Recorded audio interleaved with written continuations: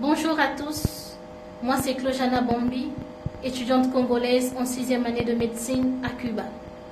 J'ai jugé bon faire cette petite vidéo afin de partager avec vous le peu de connaissances que j'ai sur le coronavirus, car je me suis dit que cela pourrait sauver des vies. Premièrement, le coronavirus est une zoonose, c'est-à-dire une maladie qui se transmet d'un animal à l'homme. Le coronavirus affecte principalement les poumons en provoquant des manifestations respiratoires.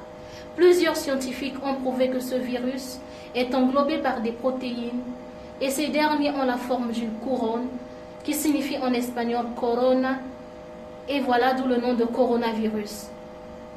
Les symptômes les plus courants sont la toux sèche, les maux de tête, la fièvre, une sensation d'oppression et les cas graves peuvent présenter une détresse respiratoire sévère et provoquer la mort.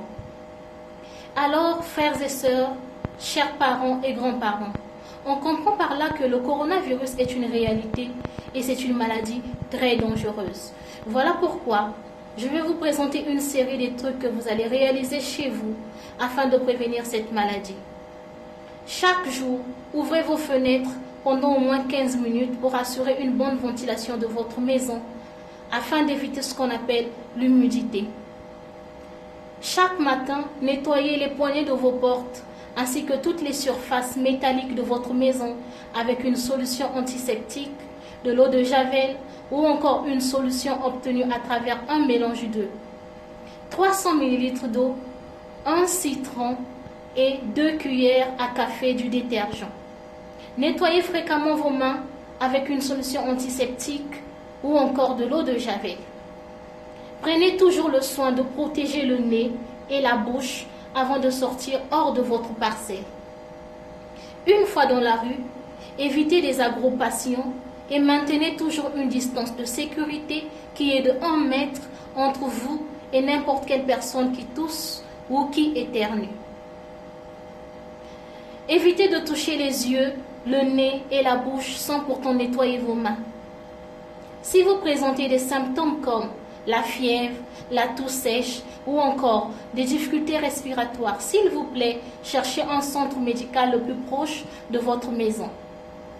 Choisissez un petit espace dans votre maison pour mettre vos chaussures ainsi que les habits que vous avez utilisés lorsque vous étiez à l'extérieur de votre parcelle et lavez immédiatement vos mains avant de rentrer dans votre maison. Prenez une bonne douche afin de prévenir n'importe quel contact avec les objets de votre maison.